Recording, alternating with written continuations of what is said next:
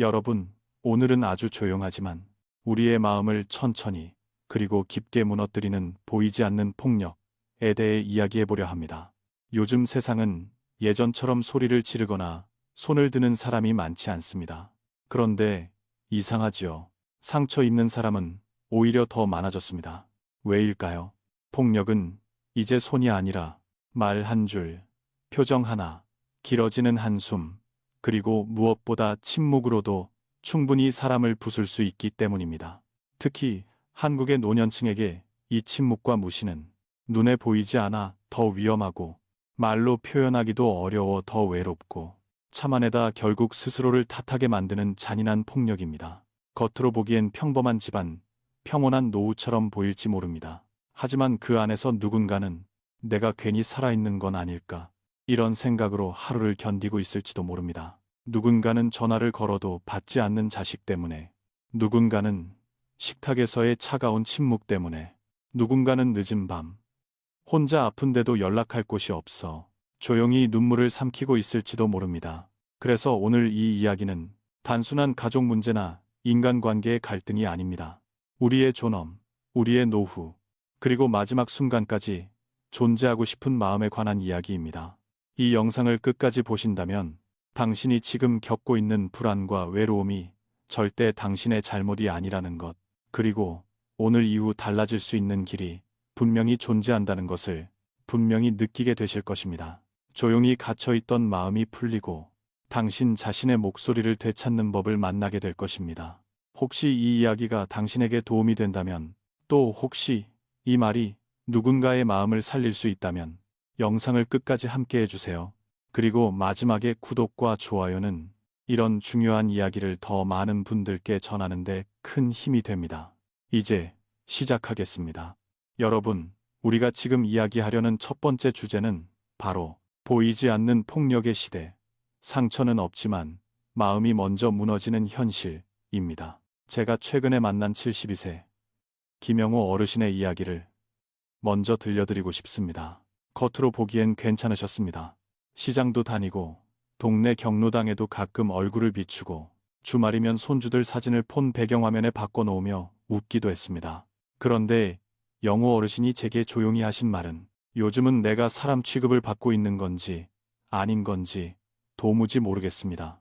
아무도 때리지 않았습니다. 아무도 욕하지도 않았습니다.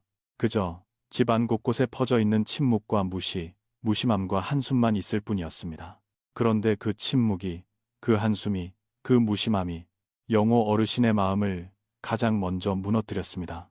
예전엔 폭력이라 하면 소리를 지르거나 손찌검을 하거나 누군가를 향해 화를 내는 모습을 떠올렸습니다. 하지만 지금 대한민국의 노년층이 가장 많이 겪는 폭력은 표정, 말투, 무시, 방치, 그리고 침묵입니다. 말이 없을수록 더 무섭습니다. 소리를 지르지 않을수록 더 깊게 상처가 남습니다. 왜냐하면 이런 폭력은 흔적이 남지 않기 때문입니다. 피멍도 없고 상처도 없지만 마음 안쪽에서 조용히 균열이 나고, 그 균열이 시간이 지나면 깊은 골짜기가 됩니다. 특히 혼자 사는 노인, 자녀와 따로 사는 고령층, 또는 건강 문제로 누군가의 도움이 필요한 분들은 이 보이지 않는 폭력에 훨씬 더 취약합니다. 전화가 오지 않는 하루, 문자가 읽혔지만 답이 오지 않는 이틀, 대화가 끊긴 한 주, 그 침묵이 쌓이면 쌓일수록 가장 먼저 무너지는 건 몸이 아니라 존재감입니다. 내가 귀찮은 사람이 되었나? 나 때문에 애들이 힘든가? 나는 그냥 혼자 늙어가야 하는 건가? 이런 생각이 반복되면 우리는 스스로를 탓하기 시작합니다. 그리고 바로 그 순간 보이지 않는 폭력은 완성됩니다. 한국 사회는 이미 고독사 위험 국가입니다. 65세 이상 6명 중 1명이 말하지 못하는 고통 속에서 노년을 보내고 있습니다. 그분들을 괴롭히는 건 소리치는 사람이 아니라 아무 말도 하지 않는 사람들입니다. 하지만 여러분, 이 영상을 보고 계신다면 이제부터 우리는 이 침묵의 폭력을 정확히 알아보고 내 마음을 지키는 방법을 함께 배워갈 것입니다. 이건 단순한 감정 문제가 아니라 노후의 존엄과 삶의 마지막 순간까지 버티는 힘에 관한 이야기이니까요. 여러분, 이제 두 번째 주제로 들어가 보겠습니다. 바로 가족이니까라는 말 뒤에 숨은 조용한 지배입니다. 72세 김영호 어르신의 이야기를 계속 이어가 보겠습니다.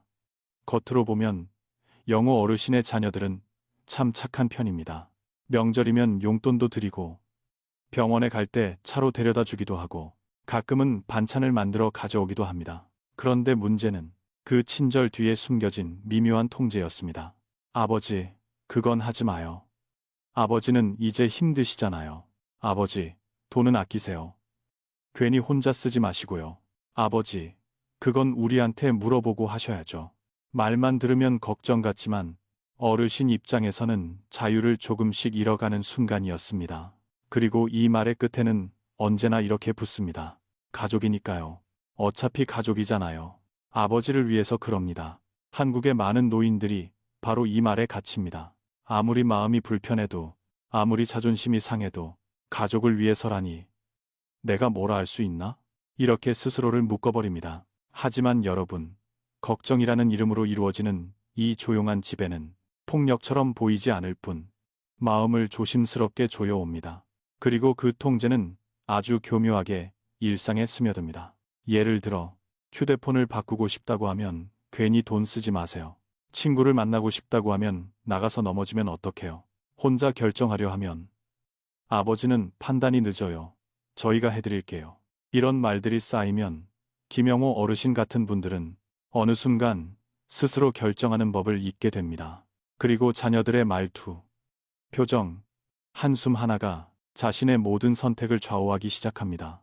더 무서운 건 이런 일을 당하는 노인들은 스스로 이건 통제다, 이건 지배다라고 인식하지 못한다는 점입니다. 왜냐하면 한국 사회에서 가족은 여전히 모든 관계보다 우선하는 신성한 울타리라고 믿기 때문입니다. 그래서 어르신들은 이렇게 생각합니다. 자식이 걱정해서 하는 말이겠지. 나도 나이가 드니까 말을 들어야지.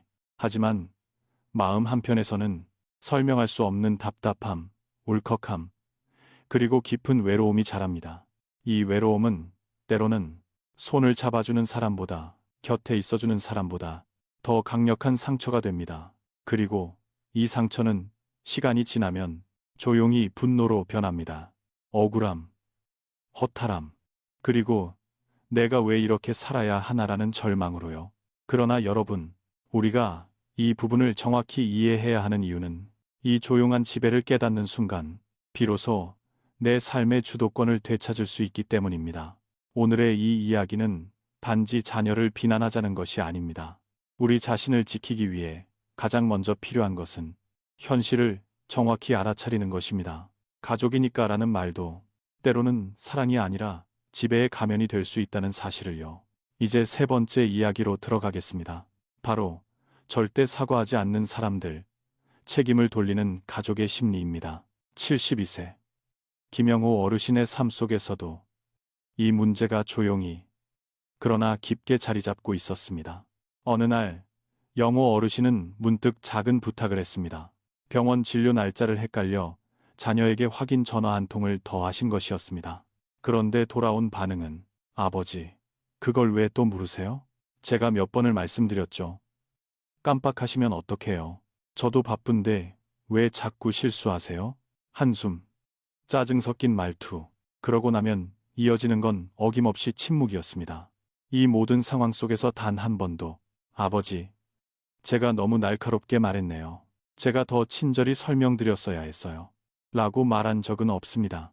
여러분, 한국 사회에서 가족 안에서 사과를 가장 적게 하는 사람은 누구일까요? 바로 말이 세고 책임을 미루는 사람들입니다. 그리고 그들이 가장 많이 향하는 대상은 나이가 든 부모님입니다. 왜 그럴까요? 첫째, 사과하는 순간 내가 잘못했다는 걸 인정해야 하는데 그걸 두려워하는 성인이 많기 때문입니다. 특히 한국식 가정 구조에서는 부모보다 자기 감정을 우선시하는 자녀가 점점 늘어나고 있습니다. 둘째, 자녀 세대는 빠른 속도에 익숙합니다. 효율, 성과, 시간 절약이 우선입니다. 그런데 노년층은 느리고 반복적이고 신중합니다. 이 차이가 갈등을 부르고 그 갈등의 결과가 바로 부모 탓하기가 되는 것입니다. 셋째, 자녀들은 스스로도 인정하지 못하지만 부모에게 지기 싫어합니다. 왜냐하면 부모에게 다시 의지하면 안 된다는 사회적 압박이 있기 때문입니다. 그래서 이들은 사과 대신 책임 전가, 화, 짜증, 침묵을 선택합니다. 왜냐하면 그게 더 쉽기 때문입니다. 사과하는 건 용기가 필요하지만 책임을 돌리는 건 단 몇 마디면 끝나니까요. 문제는 이 상처의 화살이 항상 가장 약한 사람에게 꽂힌다는 것입니다. 바로 부모, 바로 노인들입니다. 김영호 어르신 역시 처음엔 자녀의 말투가 이상하다고 느끼셨습니다. 하지만 점점 이렇게 생각하게 됐습니다. 내가 괜히 물어봤나? 내가 더 잘했어야 했나? 지금 시대를 내가 못 따라가나? 사과해야 할 사람은 자녀였지만 결국 죄책감은 부모가 떠안게 됩니다. 이건 매우 불공평한 일입니다. 그리고 이것이 한국 노년층을 가장 조용히, 가장 깊게 아프게 만드는 고통입니다. 노년층이 지쳐서 스스로 침묵하게 되고 그 침묵은 다시 자녀의 지배를 강화합니다. 그러나 여러분, 우리는 여기서 작은 깨달음을 얻어야 합니다. 이런 상황을 겪는다고 해서 당신이 부족하거나 잘못된 것이 아니라는 사실입니다. 사과하지 않는 사람들, 책임을 미루는 사람들은 그들 안에 있는 불안, 미숙함, 두려움 때문에 그렇게 행동합니다. 그들의 말투가 거칠어도, 그들의 태도가 불친절해도 그건 당신의 가치와는 아무 상관없는 일입니다. 당신의 삶, 당신의 존엄은 그들의 말투로 평가되어선 안 됩니다. 이 사실을 먼저 인정하고 알아차리는 것, 그 순간부터 비로소 마음의 주도권이 다시 돌아옵니다. 이제 네 번째 이야기입니다. 바로 말보다 더 잔인한 침묵, 존재를 지워버리는 무시의 힘입니다. 72세 김영호 어르신의 하루는 겉으로 보면 평범합니다. 아침에 일어나 간단히 밥을 차려 먹고 라디오를 틀어놓고 느리지만 또박또박 집안을 정리합니다. 하지만 어르신의 마음에서 가장 무거운 순간은 따로 있습니다. 바로 식탁 위에 놓인 핸드폰이 조용할 때, 그리고 분명 읽혔는데도 답장이 오지 않을 때입니다. 아버지 오늘 시간 돼요?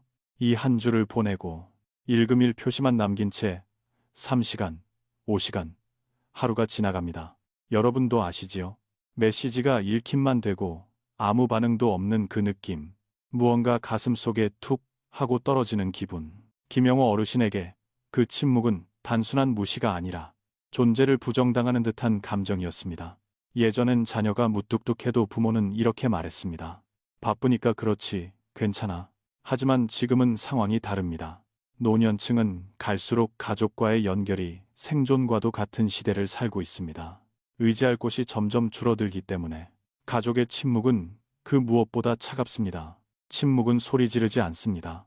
그러나 마음을 얼어붙게 만듭니다. 침묵은 상처를 남기지 않습니다. 그러나 존재를 희미하게 만듭니다. 침묵은 말하지 않습니다. 그러나 상대를 가장 깊게 다치게 합니다. 어느 날 영호 어르신은 늦은 밤 갑자기 가슴이 답답했습니다. 걱정돼서 아들에게 전화를 걸었지만 신호음만 울렸습니다. 한 번, 두 번, 세 번. 결국 연결은 되지 않았고 어르신은 아픈 몸으로 소파에 몸을 기대며 혼잣말했습니다. 그래, 바쁘겠지. 내가 괜히 귀찮게 했나 보네. 여러분, 그 순간 가장 아팠던 건 가슴도 몸도 아니었습니다. 바로 내가 이제 가족에게 짐인가? 이 생각 하나였습니다. 한국의 노년층은 지금 혼자 사는 사람이 늘어나고 있고 부모, 자녀의 거리는 점점 멀어지고 있으며 말보다 침묵으로 표현되는 냉담함이 가장 큰 상처가 되고 있습니다. 그래서 침묵은 단순히 말이 없는 것이 아니라 상대의 존재를 지워버리는 폭력입니다. 하지만 여러분, 이 침묵이 계속되는 이유는 당신에게 문제가 있어서가 아닙니다. 가족들이 바쁘고 불안하고 감정을 표현하는 법을 배우지 못해 도망치듯 침묵을 선택하기 때문입니다. 그러니 여기서 기억해야 합니다. 그들의 침묵을 당신의 가치와 연결시키지 마십시오. 그들의 무시는 당신의 인생을 평가하는 기준이 될 수 없습니다. 당신은 그 어떤 침묵보다 소중한 존재입니다. 당신의 존재는 침묵 앞에서 사라지지 않습니다. 사라져야 할 것은 침묵이지 당신이 아닙니다. 이제 다섯 번째 이야기입니다. 바로 침묵 뒤의 진실, 싸우기 싫어서 숨는 사람들의 미성숙구입니다. 72세 김영호 어르신의 가족 이야기를 계속해 보겠습니다. 자녀들이 어르신에게 차갑게 굴고 연락을 늦게 하고 때로는 답도 하지 않는 이유를 영호 어르신은 오랫동안 이렇게 생각했습니다. 내가 귀찮아서 그렇겠지. 나이가 드니까 좀 이해해야지. 애들도 인생이 힘들겠지. 하지만 오늘 우리는 그 침묵 뒤에 숨은 진짜 이유를 들여다보려 합니다. 그 이유는 아주 단순합니다. 그리고 충격적이지만 사실입니다. 상대가 침묵하는 건 당신이 잘못해서가 아니라 그들이 감정을 다루는 법을 배우지 못했기 때문입니다. 한국 사회에서 자녀 세대는 감정을 솔직하게 표현하는 훈련을 거의 받지 못했습니다.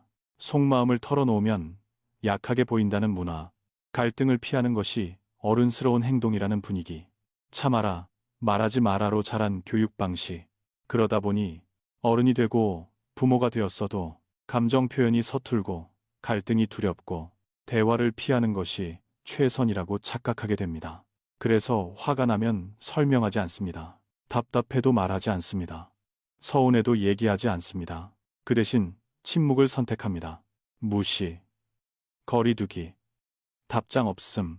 그게 그들의 유일한 감정 처리 방식인 것입니다. 문제는 이 미성숙의 대가는 항상 부모에게 돌아온다는 점입니다. 어르신을 사랑하지 않아서가 아닙니다. 부모님이 귀찮아서도 아닙니다. 그저 갈등을 마주할 용기가 없고 말로 상처 줄까봐 혹은 상처받을까봐 도망치듯 침묵하는 것입니다. 하지만 그 침묵이 가져오는 피해는 너무나 큽니다. 특히 노년층에게는 감정적 고립, 자존감 붕괴, 관계 단절, 그리고 극단적 외로움으로 이어질 위험이 높습니다. 영호 어르신도 자녀와의 갈등을 피하려고 오히려 더 조심하게 되었습니다. 또 전화하면 귀찮아 할까봐, 한 번만 더 물어보면 싫어하겠지, 내가 괜히 말을 꺼내면 분위기만 나빠질 거야. 이렇게 몸을 움츠릴수록 침묵은 더 길어지고 관계는 더 멀어지고 어르신의 존재감은 점점 희미해졌습니다. 여러분, 이게 바로 침묵 뒤에 숨은 가장 잔인한 진실입니다. 침묵을 선택하는 사람은 갈등이 무서워 숨지만 그 침묵을 견뎌내야 하는 사람은 관계 전체를 떠안고 고통받습니다. 그러나 여기서 하나 분명히 해야 합니다. 당신이 상처받는 이유는 당신이 약해서도 잘못해서도 아니라는 사실입니다. 당신은 이미 충분히 잘하고 있습니다. 문제는 상대의 미성숙입니다. 감정을 표현할 용기, 공감 능력, 대화 능력 부족이 그들의 침묵을 만든 것입니다. 따라서 우리에게 필요한 건 내 책임이다라는 죄책감이 아니라 이건 내 문제가 아니다 라고 깨닫는 힘입니다. 이 깨달음이 생기면 더 이상 침묵에 끌려다니지 않게 되고 상대의 태도에 내 삶이 흔들리지 않게 됩니다. 그리고 그 순간부터 당신의 마음은 조금씩 자유로워집니다. 여러분, 이제 6번째 이야기입니다. 바로 자책의 금, 존재가 흐려지는 노년의 심리 붕괴입니다. 72세 김영호 어르신의 마음은 조용히 그러나 확실하게 무너지고 있었습니다. 그 어떤 폭력도 없었는데, 누가 소리를 지른 것도 아니고 누가 손찌검을 한 것도 아니었는데 어르신의 내면은 점점 더 어두워졌습니다. 그 이유는 단 하나였습니다. 계속된 침묵과 무시 속에서 문제는 나인가? 라는 생각이 자라났기 때문입니다. 침묵이 길어지자 영호 어르신은 어느 순간부터 자녀의 행동보다 자신의 잘못을 먼저 떠올리기 시작했습니다. 내가 너무 늙어서 귀찮은가? 내가 또 실수했나 보지. 내가 없으면 저 애들도 편해지겠지. 이런 생각이 반복되면 사람은 자신을 점점 작은 존재, 아니, 사라져도 되는 존재로 여기게 됩니다. 그리고 이 자책의 톤이 가장 무서운 이유는 겉으로는 티가 나지 않는다는 것입니다. 웃을 때도 있고, 말도 하고, 일상생활도 하지만 속은 서서히, 조용히 무너져 내립니다. 한국의 노년층은 지금 혼자 씩씩하게 살아야 한다는 압박과 부모는 자녀에게 부담이 되면 안 된다는 문화 사이에서 가장 고통스러운 줄다리기를 하고 있습니다. 그래서 조금만 느리게 걸어도 미안하다. 조금만 기억이 헷갈려도 내가 잘못했다. 조금만 아파도 참아야 한다. 여러분, 이것이 바로 현실입니다. 한국 사회는 노년층에게 미안함을 너무 쉽게 가르쳤습니다. 그 미안함이 쌓여 자책이 되고 그 자책이 쌓여 존재 자체가 흔들립니다. 영호 어르신도 마찬가지였습니다. 답장을 기다리며 하루 종일 핸드폰을 들여다보는 날이 많아졌습니다. 전화기 화면에 읽음 표시만 남겨진 채 밤이 깊어지면 어르신은 누구에게도 들리지 않는 목소리로 중얼거립니다. 내가 문제인가 봐. 내가 없으면 애들도 편하겠지. 이건 단순한 슬픔이 아닙니다. 이건 존재에 대한 의문, 그리고 존엄의 붕괴입니다. 문제는 이런 자책을 하는 노인분들은 자신이 무너지고 있다는 것조차 모른다는 것입니다. 그저 상황을 참고 이해하고 받아들이는 것이 어른스러운 태도라 여겼기 때문입니다. 그러나 여러분, 당신의 존재는, 당신의 가치는 누군가의 침묵이나 무시로 평가될 수 있는 것이 아닙니다. 당신이 잘못한 것이 아닙니다. 오히려 당신은 지금까지 너무 많은 것을 참고 견디고 포기해온 것입니다. 무너져야 할 것은 당신이 아니라 당신의 자책입니다. 그리고 지금 이 영상을 보고 계신 순간 당신은 이미 스스로를 되찾기 위한 가장 중요한 첫걸음을 내디딘 것입니다. 자책은 당신을 작게 만들지만 깨달음은 당신을 다시 일으켜 세웁니다. 여러분, 이제 7번째 이야기입니다. 바로 침묵에서 벗어나는 첫걸음, 내 목소리를 되찾기입니다. 72세 김영호 어르신의 마음속에서 가장 힘든 싸움은 자녀의 침묵도, 무시도, 차가운 말투도 아니었습니다. 가장 힘든 건 스스로 목소리를 잃어가는 과정이었습니다. 어느 날, 영호 어르신은 목이 칼칼해서 물을 마시다가 갑자기 이런 생각이 스쳤습니다. 나 요즘 말도 줄었구나. 내가 말을 아끼는 게 아니라 해봤자 소용없다고 느껴서 말하지 않게 된 거구나. 이 깨달음은 너무 늦게 찾아왔습니다. 왜냐하면 침묵에 길들여지는 건 너무 조용히, 너무 자연스럽게 일어나기 때문입니다. 처음에는 애들이 바쁘니까 내가 이해해야지. 그 다음에는 말해도 뭐가 달라질까. 그리고 마지막에는 그냥 조용히 있는 게 낫지. 이렇게 스스로를 묶어버리게 됩니다. 하지만 여러분, 여기서 꼭 알아야 할 사실이 있습니다. 상대가 침묵한다고 해서 당신의 가치가 작아지는 것이 아닙니다. 당신이 말하지 않는다고 해서 당신의 존재가 사라지는 것도 아닙니다.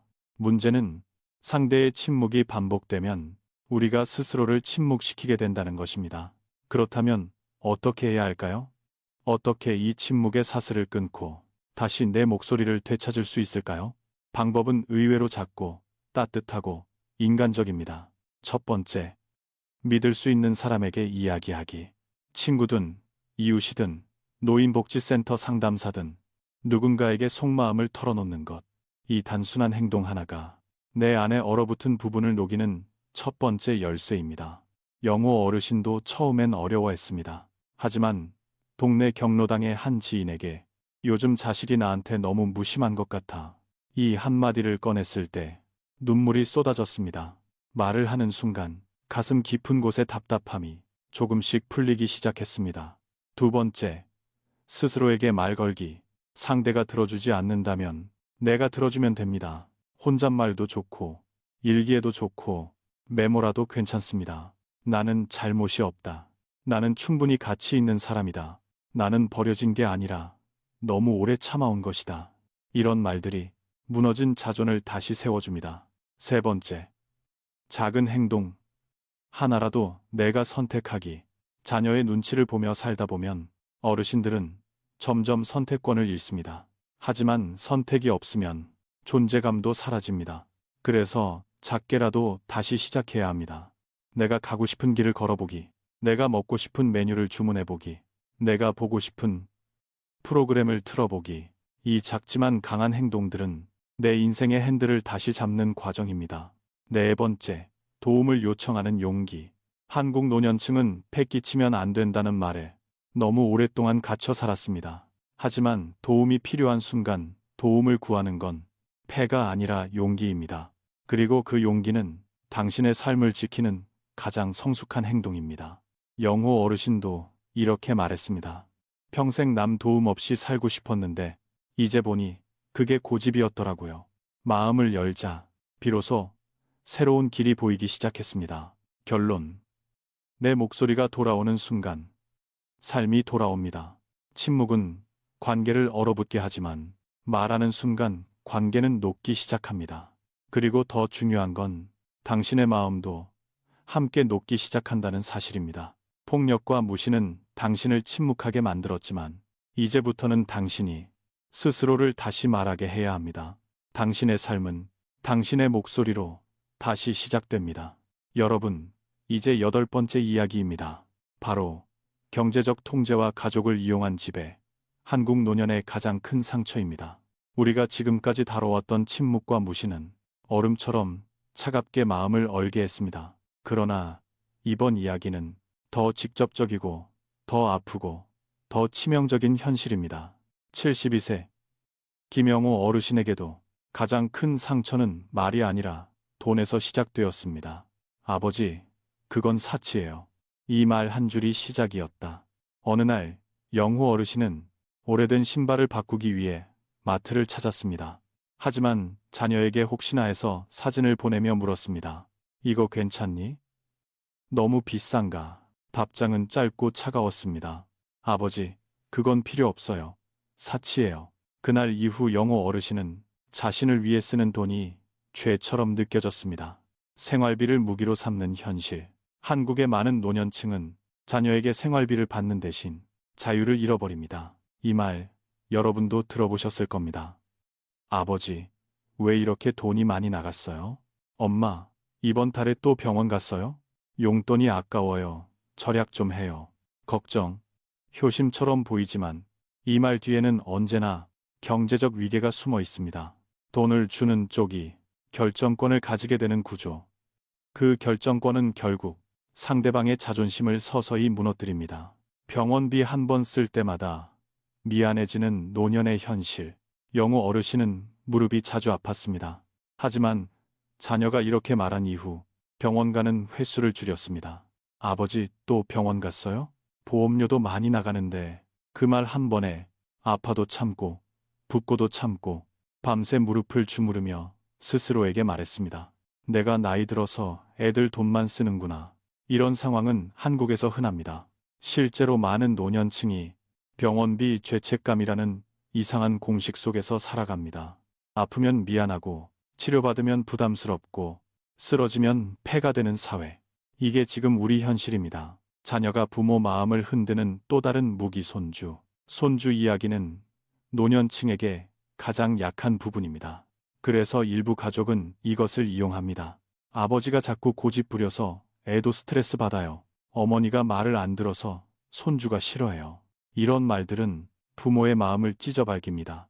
손주는 부모의 생명과도 같은 존재. 그 손주를 핑계로 부모를 압박하면 그 고통은 말로 표현할 수 없습니다. 한국은 노년 빈곤율 1위 국가이다. 이 말은 단순한 통계가 아닙니다. 빈곤층 노인이 많다는 뜻이 아니라 경제적 지배가 가장 쉽게 일어나는 사회라는 뜻입니다. 자녀에게 의존할 수밖에 없고 의존하는 순간 권력관계가 생기고 그 권력은 대부분 부모를 향해 통제로 작용합니다. 경제적 통제는 눈에 보이지 않지만 영혼을 잠식하는 폭력입니다. 그러나 여기서 중요한 한 가지 진실. 경제적 지배는 당신이 약해서 생기는 것이 아닙니다. 당신이 무능해서 생기는 것도 아닙니다. 그저 한국 사회의 구조가 노년층을 취약하게 만들었을 뿐입니다. 그러나 깨달아야 합니다. 당신의 존엄은 돈으로 결정되는 것이 아닙니다. 당신의 존엄은 선택할 수 있는 권리에서 시작됩니다. 그리고 그 권리는 지금 이 영상을 보는 순간부터 천천히 조금씩 되찾을 수 있습니다. 오늘 우리가 다루는 이 현실은 잔인하지만 동시에 한 가지 문을 열어줍니다. 바로 내 인생을 다시 선택할 권리입니다. 이제 9번째 이야기입니다. 바로 왜 떠나지 못할까? 사랑과 외로움이 엉켜 만든 정서적 속박에 대해 이야기해 보겠습니다. 72세 김영호 어르신의 마음은 어느 날 이런 질문 앞에 멈췄습니다. 왜 이렇게 힘들면서도, 왜 이렇게 상처를 받으면서도, 왜 자녀에게서 멀어지지 못하는 걸까? 멀어지면 조금 더 편해질 텐데, 연락하지 않으면 덜 아플 텐데, 기대하지 않으면 덜 실망할 텐데, 그런데도 마음은 자꾸 자녀에게 갑니다. 기다리고, 바라보고, 기대합니다.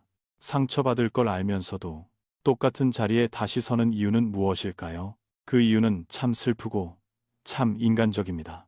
첫 번째 이유는 사랑과 의존이 너무 오랫동안 뒤섞여 왔기 때문입니다. 한국의 부모 세대는 평생 자녀에게 모든 것을 바치며 살아왔습니다. 시간, 돈, 체력, 꿈, 희생, 모든 것을 자녀에게 걸어왔습니다. 그래서 자녀와의 관계가 흔들리면 삶 전체가 흔들리는 것처럼 느껴집니다. 두 번째 이유는 혼자가 무섭기 때문입니다. 고독사는 뉴스 속 남 이야기 같지만 한국 노년층에게는 현실입니다.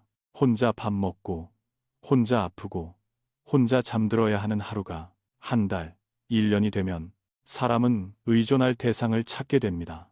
의존이 생기는 순간 상처받아도 떠나지 못하는 관계가 만들어집니다. 세 번째 이유는 내가 떠나면 더 외로워질까봐 두렵기 때문입니다. 누구든 마지막 순간에는 누군가 자신의 손을 잡아주기를 바랍니다. 그런데 자녀와 멀어지는 순간 어르신들은 이렇게 생각합니다.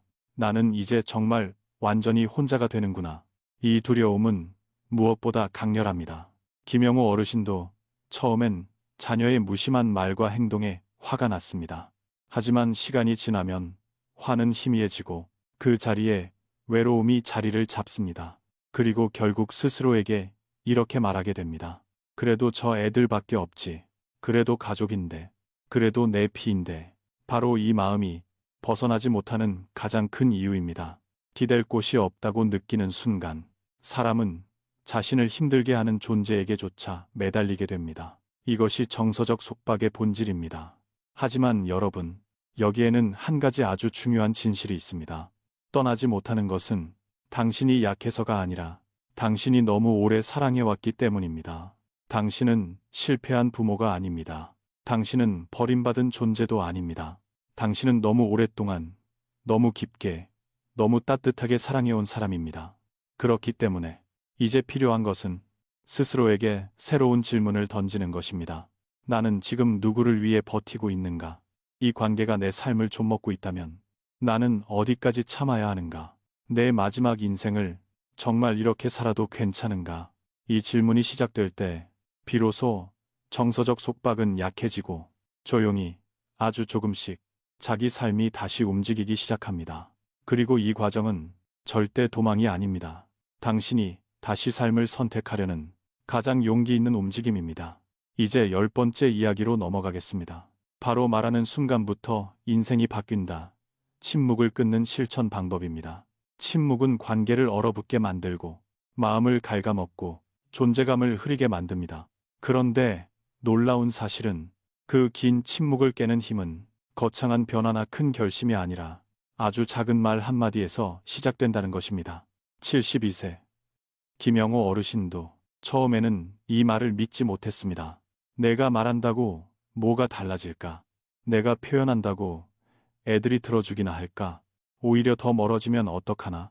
그런데 어느 날 오랜 고민 끝에 어르신은 불편한 마음을 조용히 꺼냈습니다. 아들에게 전화를 걸어 이렇게 말했습니다. 내가 자주 물어보는 게 내겐 부담이 될까봐. 그래도 요즘 좀 서운했다. 네가 바쁜 건 알지만 아버지도 사람이니까 조금만 따뜻하게 말해주면 좋겠다. 이건 비난도 아니고 공격도 아닙니다. 그냥 마음을 보여준 것뿐입니다. 그런데 놀랍게도 아들의 반응은 어르신이 생각했던 것과 달랐습니다. 아버지, 그런 줄 몰랐어요. 죄송해요. 제가 신경을 못 썼네요.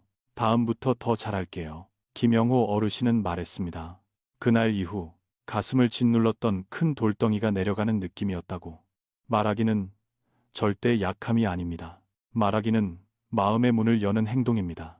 그리고 상대는 그 열린 문을 통해 당신의 마음을 처음으로 제대로 보게 됩니다. 지금 이 순간 노년층에게 가장 필요한 것은 용기도 숭고한 희생도 아닙니다. 바로 자기 마음을 자기 입으로 표현해보는 것입니다. 다음으로 침묵을 끊는 구체적인 방법들을 이야기해 보겠습니다. 첫 번째, 힘들었던 순간을 정확히 묘사해서 말하기.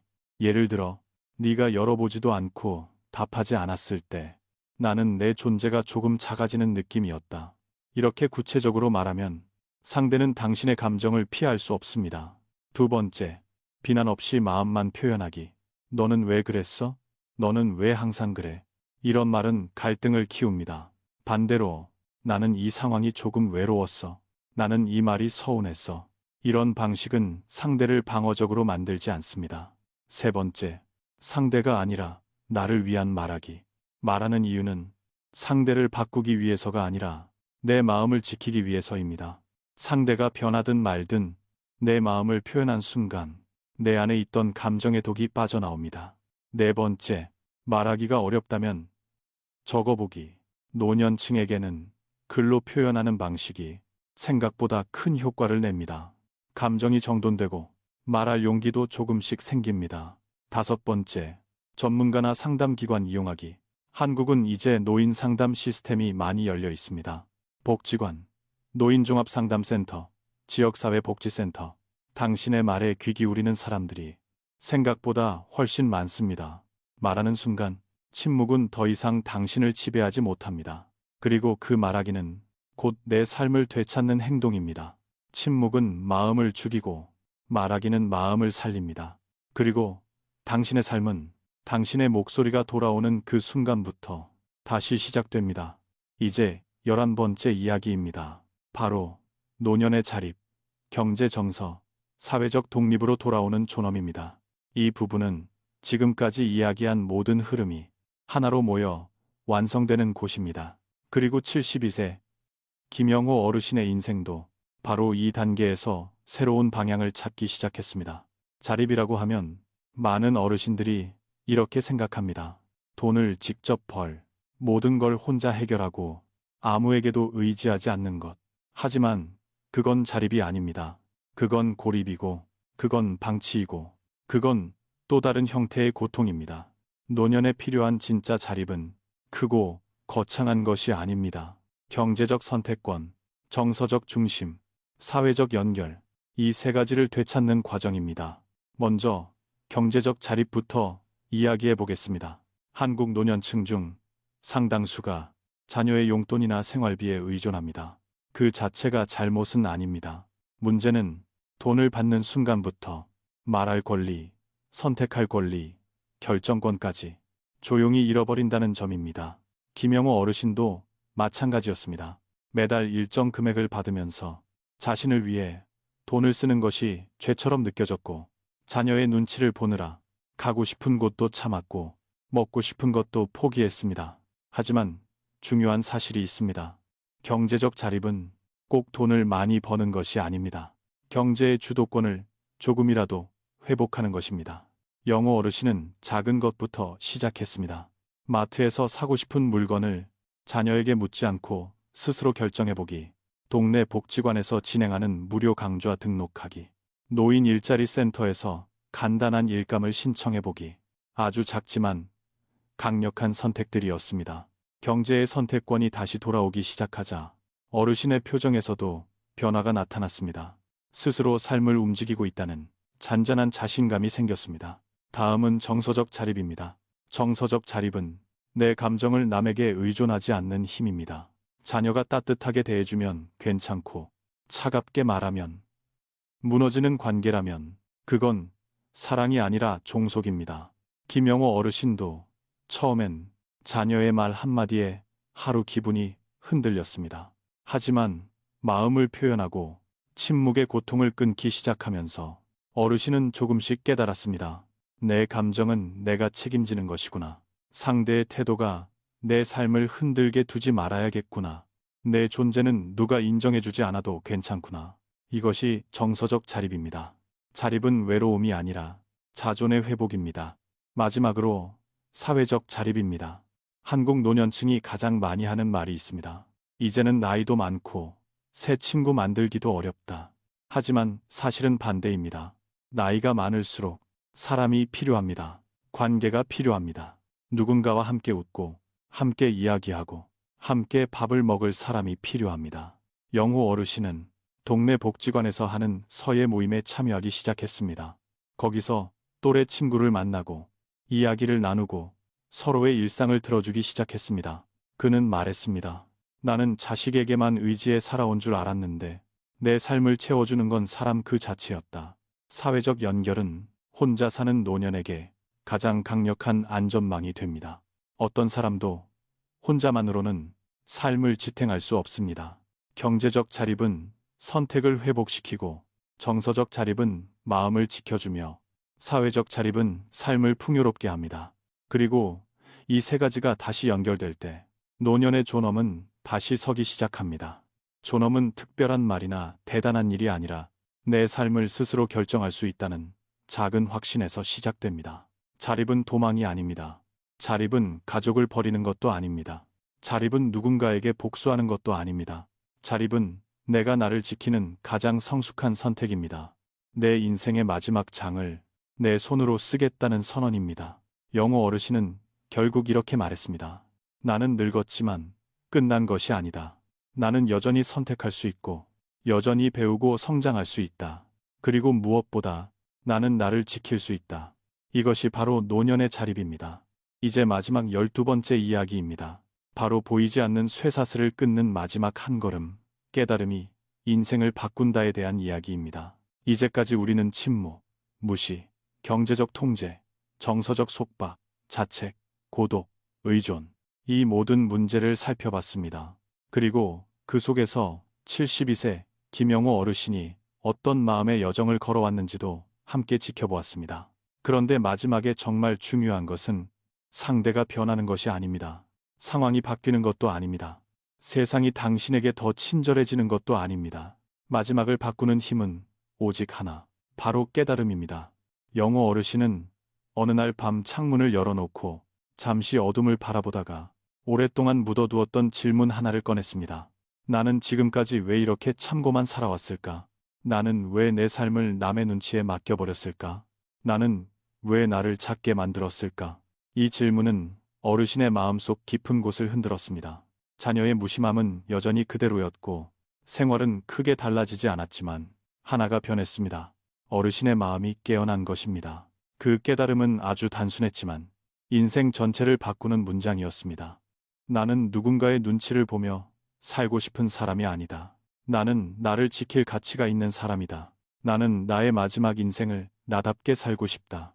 그 순간 수십 년 동안 어르신을 묶고 있던 보이지 않는 쇠사슬들이 조용히 끊어지기 시작했습니다. 깨달음은 눈에 보이지 않지만 삶 전체의 방향을 바꿉니다. 깨달음은 소리 없이 찾아오지만 그 힘은 폭풍보다 강합니다. 깨달음은 현실을 즉시 바꾸지 않지만 나를 바꿉니다. 그리고 나를 바꾸는 사람만이 현실도 바꿀 수 있습니다. 영호 어르신은 그날 이후 작은 변화들을 만들기 시작했습니다. 아침에 일어나면 스스로에게 말했습니다. 오늘은 내 인생의 주인은 나다. 오늘은 나를 위해 살아본다. 오늘은 내 존재를 내가 인정한다. 그리고 하루를 보냈습니다. 그것만으로도 어르신의 표정은 한결 밝아졌습니다. 걷는 속도도 조금 빨라졌습니다. 식탁에 앉아있는 자세도 반듯해졌습니다. 자녀가 어르신에게 다정하게 변한 것은 아니었습니다. 상황이 기적처럼 바뀐 것도 아니었습니다. 그렇지만 어르신은 더 이상 상대의 침묵 때문에 무너지지 않았습니다. 그리고 이것이야말로 진짜 해방이자 진짜 독립이자 진짜 존엄입니다. 깨달음은 누군가에게 보여주기 위한 것이 아닙니다. 깨달음은 당신 자신에게 보내는 선언입니다. 나는 사라지지 않는다. 나는 버림받지 않았다. 나는 충분히 소중하다. 나는 내 인생을 다시 선택할 수 있다. 이 말들이 쌓일 때 노년은 더 이상 두려움의 시기가 아니라 회복과 자유의 시기가 됩니다. 한국의 노년층이 겪는 고독과 상처와 통제는 현실적으로 매우 크고 날카롭습니다. 하지만 그 현실이 당신의 마지막 인생을 결정하게 두면 안 됩니다. 당신의 인생은 당신의 마음이 선택하는 방향으로 언제든 다시 시작될 수 있습니다. 보이지 않는 쇠사슬은 강하지 않습니다. 당신이 깨닫는 순간 그 쇠사슬은 이미 절반 이상 끊어진 것입니다. 오늘 이 영상을 보며 단 한 줄이라도 마음속에 남았다면 그 깨달음은 이미 당신의 삶 안에서 움직이기 시작한 것입니다. 이제 조용히 이렇게 말해보세요. 나는 나를 다시 찾는다. 나는 나를 포기하지 않는다. 나는 내 삶의 마지막을 나답게 살겠다. 이 한 문장만으로도 당신의 내일은 오늘과 다르게 흐르기 시작할 것입니다.